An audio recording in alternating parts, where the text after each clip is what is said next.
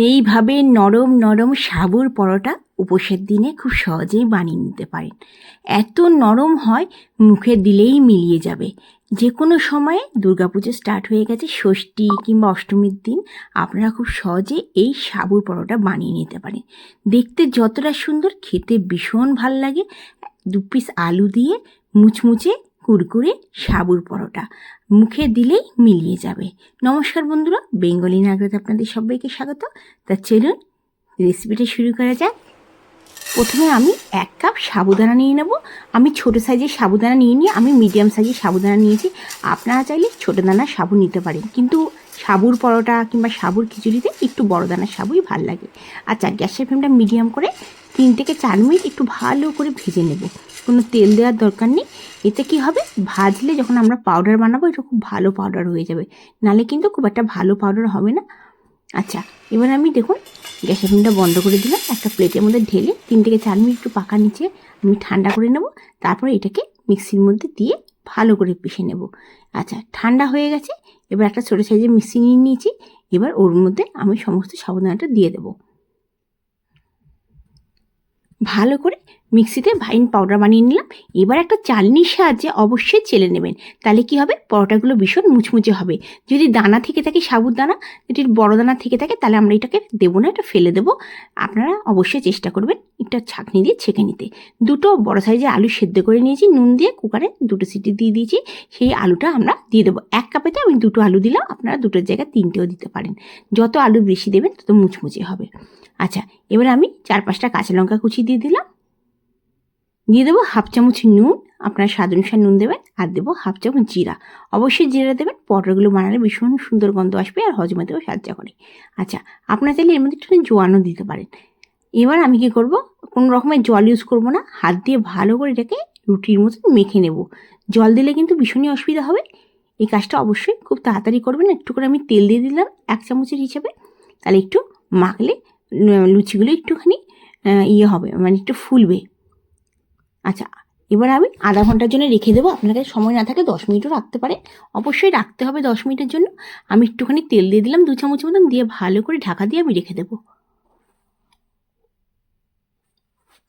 দেখুন, এতে কোনো রকমের জল দেবেন না, কারণ আলুর সেদ্ধতে জল আছে, সেই জন্য আমি জল দিইনি। আর যদি মনে হয় একটু জল কম লাগছে, তাহলে 1 থেকে 2 চামচ জল দিতে পারেন। আচ্ছা, আধা ঘন্টা পর ফিরে আসছি। দেখুন, এই সাবুর পরোটা যে কোনো দিন, উপোসের দিন আপনারা বানিয়ে খেতে পারেন। একবার বানিয়ে খাবেন, দ্বিতীয়বার আপনাদের শুধু উপোস না, যে কোনো সময় আপনারা বানিয়ে নিতে পারেন। খেতে কিন্তু দারুণ লাগে আর অনেকক্ষণ পর্যন্ত নরম থাকে। যেসব বাচ্চারা স্কুলে টিফিনে আপনারা দেওয়ার জন্য চিন্তা করেন কী দেবেন, এইভাবে সাবুর পরোটা বানিয়ে দিতে পারেন। আচ্ছা, আমি দেখুন বেলে নিলাম। আচ্ছা, বেলাটা একটুখানি পাতলা করে বেলে নেব, আর একটা বাটির সাহায্যে আমি সাইডটা পুরো কেটে নেব। অবশ্যই এই প্রসেসটা ফলো করবেন, তাহলে কী হবে, পরোটাগুলো খুব সুন্দর দেখতে হবে, লুচির মতন। দেখুন কতখানি সুন্দর হয়েছে। অনেকে বলে যে এই পরোটাগুলো শক্ত হয়ে যায়, কিন্তু না, যত আলু দেবেন খেতে কিন্তু মুচমুচে হবে।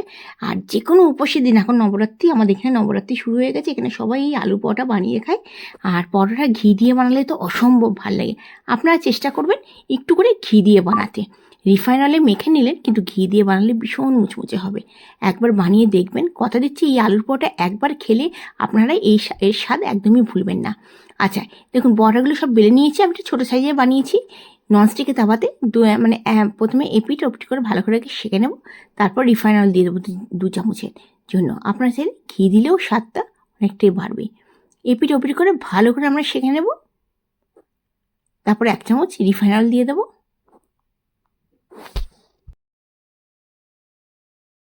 অবশ্যই এপিট ওপিট করে একটু ভেজে নেবেন পরোটাগুলো।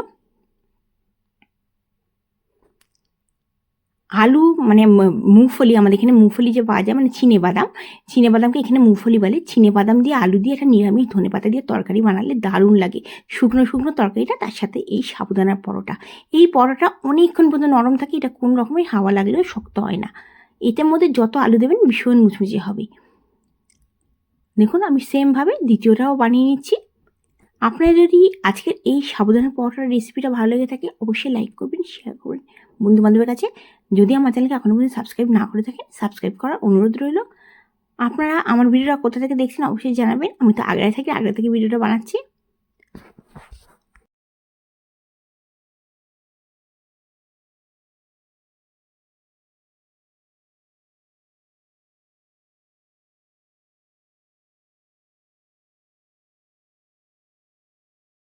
আপনারা চাইলে পরোটাগুলোকে আগে তাবার মধ্যে একটু সেঁকে নিলেন, এপিট ওপিট করে রুটি সেঁকার মতন সেঁকে নেওয়ার পরে তারপরে ঘি কিংবা তেল দিয়েও পরোটাগুলো ভাজতে পারেন।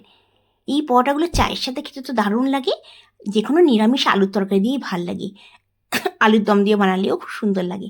একবার অবশ্যই বানিয়ে দেখবেন, এই সাবুর পরোটার স্বাদ কখনোই ভুলবেন না, দারুণ লাগে খেতে। গ্যাসের ফ্লেমটা মিডিয়াম করে আমি সমস্ত পরোটাগুলোকে ভেজে নিচ্ছি। দেখুন কতখানি সুন্দর হয়েছে। একটুখানি চেপে চেপে স্প্যাচুলার সাহায্যে চেপে চেপে আমার পরোটাগুলোকে একটু ভেজে নেব। দেখুন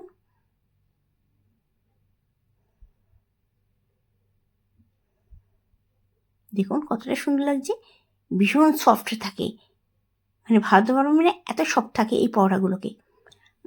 আপনারা এর পরোটা মানে সাবুদানার পরোটা যদি একবার বানিয়ে খান, আপনারা কিন্তু বারবার এই পরোটা খেতে চাইবেন। দেখুন আমি খুন্তি দিয়ে মানে স্প্যাচুলার সাহায্যে আমি ভালো করে এটাকে চিপে চিপে একটুখানি আমি বানিয়ে নিচ্ছি। তাতে কী হবে, এগুলো দেখুন সাইডটা ফুলে গেছে অনেকটাই। এইভাবে অবশ্যই পরোটাগুলোকে সেঁকে নেবেন। দেখুন কতখানি ফুলেছে। একটুখানি সময় নিয়ে পরোটাগুলোকে ভাজতে হবে। আমি একটু ছোটো ছোটোই পরোটা বানিয়েছি, আপনারা চাইলে বড় বড় পরোটা বানাতে পারেন। দেখুন সবগুলো হয়ে গেছে, কতটা দেখতে ভাল লাগছে, ভীষণ নরম তুলতুলে, মুখে দিলেই মিলিয়ে যাবেন। একবার বানিয়ে দেখতে পারেন। আপনারা ভালো থাকবেন, সুস্থ থাকবেন এই কামনা করে আজকের ভিডিওটা শেষ করছি। আবার আসবেন নতুন দিনে নতুন ভিডিও নিয়ে। ধন্যবাদ।